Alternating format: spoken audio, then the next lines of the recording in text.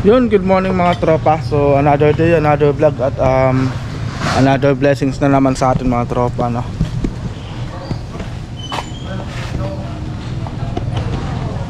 At may ginamit pala tayong motor ngayon mga tropa, na yung Honda Click ni Warren. Ito yung Honda Click niya. So i-review natin ito ngayong araw mga tropa, kasi first time ko lang din na makahawak ng Honda Click. Kaya siyempre hindi natin sasayangin yung pagkakataon na mai-review to. Pero bago tayo mag-review mga tropa, nandito pala tayo sa may harap ng Guanzon. So magbabayad muna tayo kasi hulugan lang tong motor mga tropa. Kaya babayaran natin kasi dapat supposed to be nung 21 sana dapat yung pagbabayad, kaso na-delay yung pagbabayad dahil yung may-ari hindi nakapagpadala. So kanina lang nakapagpadala, so magbabayad na muna tayo mga tropa para naman good performance tayo dito sa Guanzon. Alright, so i-review natin to mamaya mga tropa na. Kasi first time ko lang din makahawak ng Honda Click. So may natakbo na pala tong, hindi ko alam kung kano na yung natakbo. So mayroon na siyang 1,669. So 1,669 na yung natakbo niyan mga tropa. So lagpas na sa break-in, so pwede nang hatawin yan. So yun, kayang-kaya na nating ihataw yan. So re-review natin sa mga brake system, sa kanyang mga gulong, lahat i-review natin yan mamaya mga tropa. So alright, so kita-kits tayo mamaya mga tropa.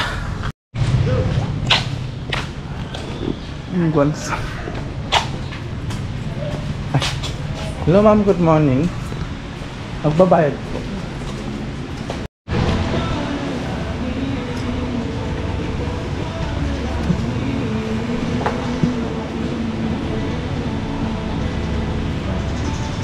$3,976 po. Ba?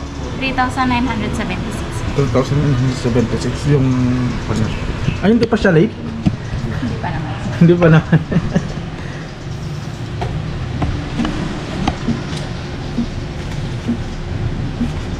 Ito ma'am, bali 3,976 mga tropa yung per month na kung hindi ka delay na magbayad. Magkano ma'am pag delay siya? Ang delay siya sir,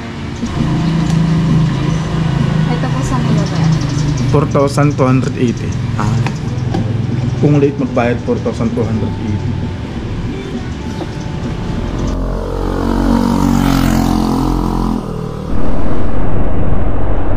Alright mga tropa, no? So nagpakas din pala tayo ng halagang 150. So yung inabot ng 150 mga tropa is 2.39 liters mga tropa.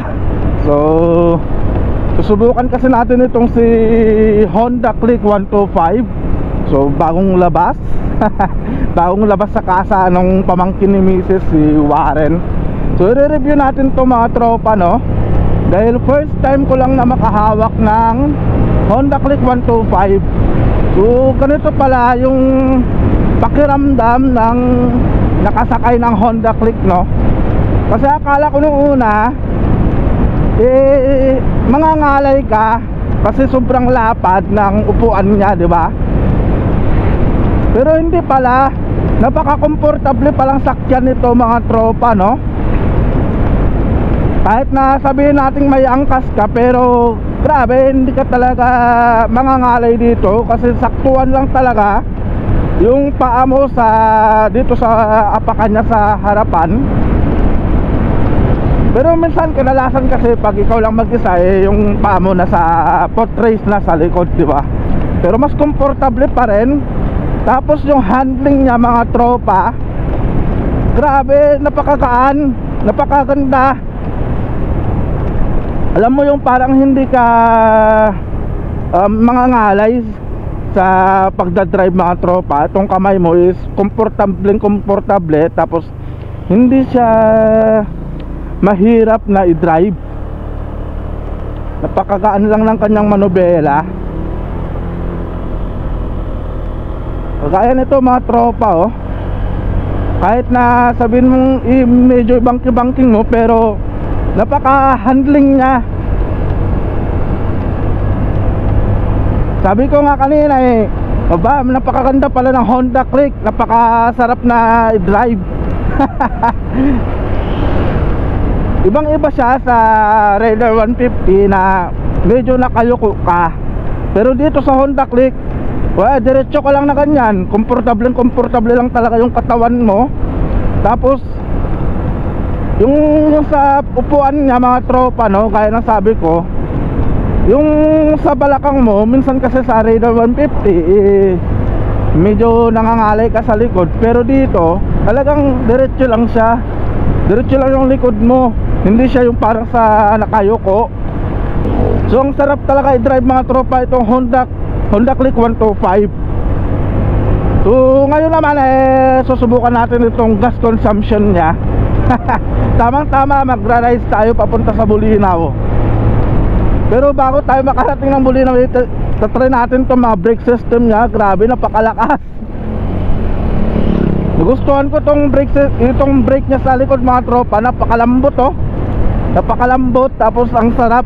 Kunting piga mo lang din, talagang kapit na kapit. Lalo na dito sa harapan, kasi yung harapan naka-disc brake na to mga tropa. Kaya sobrang lakas, ayan oh. So masasabi ko na sa 84,000 pesos, kung maglalabas ka ng Honda Click, sulit na sulit talaga. So sa gas consumption niya naman mga tropa, minsan ang sabi kasi doon 45 kilometers per liter. So grabe, napakatipid no, unlike sa mga ibang motor. Pero depende pa rin yan sa throttle habit mo. Kasi kung talagang pipiga ka talaga, talaga mas malakas sa gas.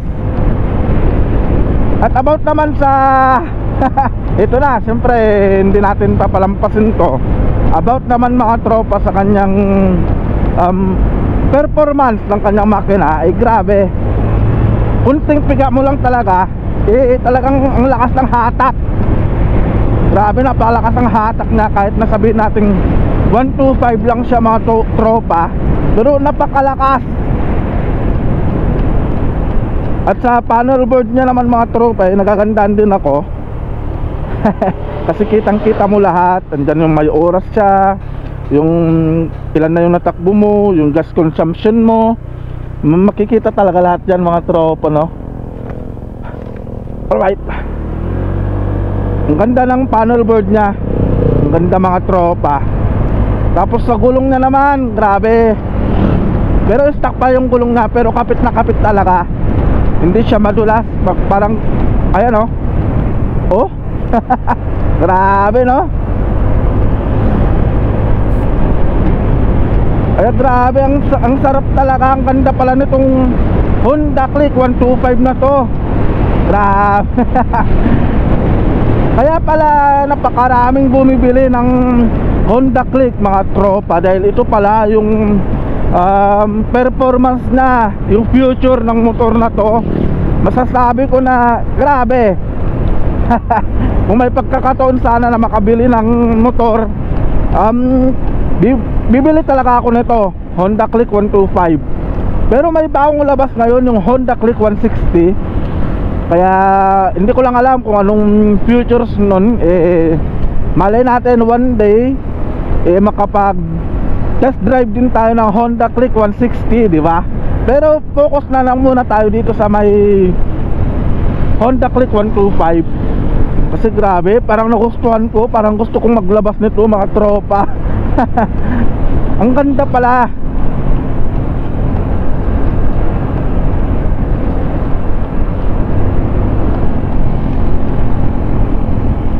Tapos yung ilaw niya pala mga tropa, no? So katulad din ng Honda Supremo, yung ilaw niya, yung headlight, naka-direct na siya. Kumbaga sa rekta na siya mga tropa. Once na inopen mo yung susi, direct na siyang mag-iilaw. So ito minsan din yung mga sinasabi ng iba na kailangan palagyan ng switch kasi nakarekta siya, baka malowbat yung battery. Hindi yan mangyayari mga tropa, kasi hindi naman gagawang Honda ng ikakasira nila kagaya ng nakarekta yung ilaw, malulubat agad yung battery. Hindi yan mangyayari. Pero kung gusto nyo talaga na baguhin yung sa system ng kanyang headlight, pwede namang palagyan ng switch para kayo na yung mismong magbubukas, magpapatay ng ilaw ng mga motor nyo. Pero para sa akin, okay na yung ganito, yung nakadirect yung ilaw. Tapos alam nyo, ito pa magandang features ng Honda Click 125 mga tropa, no? Sa gabi, ang dami kong nakakasalubong na Honda Click. So grabe, napakalakas ng ilaw. Talagang makikita mo lahat. Kahit nga pag gamit ko si red na pula, si Raider 150 ko, pag gano'n na nakakasalubong ako ng mga Honda Click, kahit hindi na ako mag-ilaw sa sobrang liwanag ng mga headlight nila, no? So naka-lead light na rin pala to mga tropa. Kaya napakaganda ng motor na to. So salamat pala kay Warren sa pagpapahiram ng motor na to para review din natin. Ang sarap sa pakiramdam ng pagdadrive nitong Honda Click 125 mga tropa. Alright, so susubukan natin mga tropa, no? Susubukan natin kung kaya ba niyang mag top speed. Alright. So may 82, nasa 80 kilometers per hour na tayo. Alright.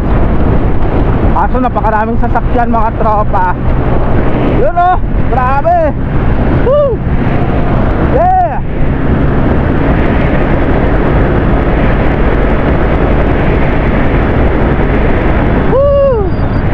Hanggang 99 lang mga tropa yung kanyang top speed. So 99 km per hours lang yung kanyang top speed mga tropa.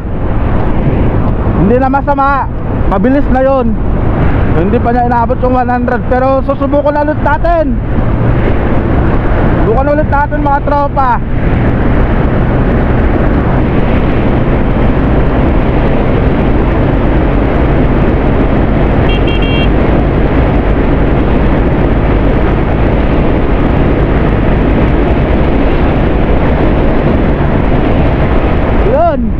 Nag 100 siya mga tropa.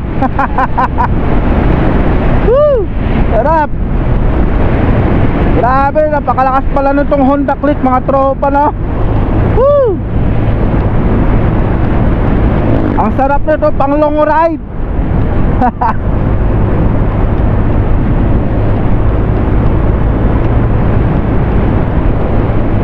Kaya kadalasan sa mga naglo-long ride na mga naka-scooter, naka Honda Click sila mga tropa, kasi ito pala yung dahilan. Grabe, napakaganda ng Honda Click pang long drive mga tropa.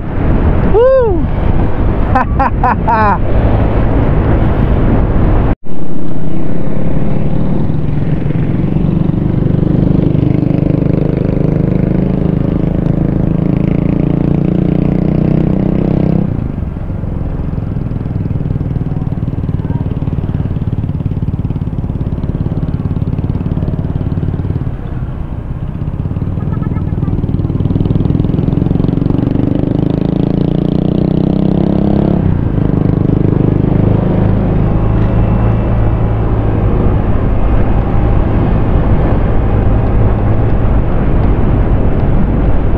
Alright mga tropa, so may hahabulin pala tayo.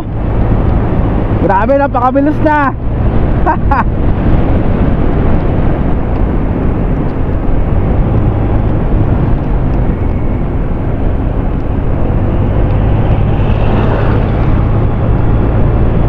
Napakabilis na mga tropa.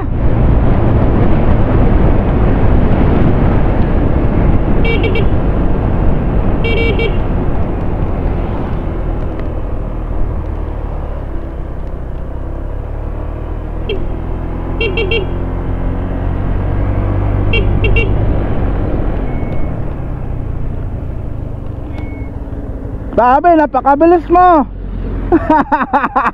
Umpay vlog mga tropa. Ayan. Kumusta? Okay naman. Galing ka lang Cebu ah. Opo. Hindi pa ba ako dito?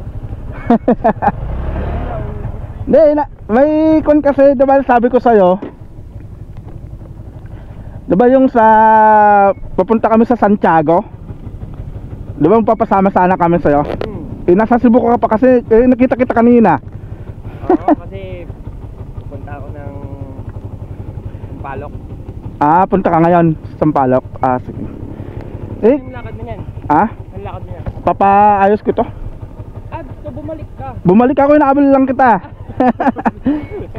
Kailan ka pwede? Kailan ako pwede para pumunta doon? Sa Santiago, parang samahan mo lang kami, mag-iikot lang. Iikutin lang namin yung buong Santiago Island. Kasi hindi namin alam kung anong oras yung... Ay, naka-helmet pa pala ako. Ayan, okay. So, Ompay Vlog. So, siya yung sasama sa atin sa may Santiago kasi mag-iikot kami ni Ben Moto. So, anong oras ba yung Roro? Balak na mag-landing. Landing bird sana. Kasi yun... Motor. Motor. Available ako siguro Saturday, Sunday, gano'n. Saturday, Sunday. Sabihin na natin Saturday. Saturday, Sunday. Pag Sunday kasi pauwi na dito. Oo. So mas mainam Saturday morning. Siguro mga 10, mga yan, 10, 11, 12. Free na ako nun, pwede ko kayong Pero anong oras yung Roro? Ano siya, hindi ko masabi yung exact time niya kasi kadalasan kasi broken time. Oo. Sabihin na natin sa umaga siguro manggagaling sa kabila. Mga 7 to 8 Saturday 'yon kasi Saturday. Mga 10 siguro ganun. Pwedeng umalis dito. Papuntang Santiago. Timing na nandito siya sa atin. If pupunta siya dito or nandito na siya tapos papagana. Tapos anong oras yung sa hapon? Let's say 1 PM tapos 3 tapos last trip niya is siguro 4:30 or 5. 4:30. Then Sunday naman, morning lang siya. Morning lang siya. Saturday lang talaga pwede. Oo. Pero ano naman 'yon, may other option naman tayo.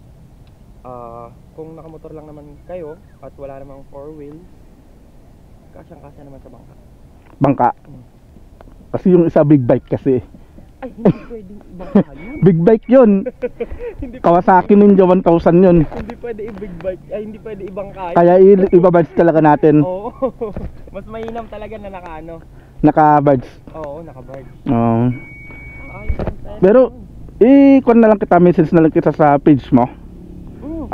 Kon nga pala sa lahat naman nakakapanood si Ompay Vlog, kon naman sa mga followers ko dyan, Ompay Vlog. Ilalagay ko yung kanya page niya dito sa may description. So hinabol lang natin siya para makausap natin siya, para alam natin kung kaya ba niya tayong samahan na mag-ikot ng Santiago. Kaya? Malakas naman tong motor niya kasi naka-sniper to eh. Saan punta mo yan? Sampaloc? Dito ka. Pupuntahan ko muna yung galing kapatid ko. Sige. Morning po. Ingat po kayo.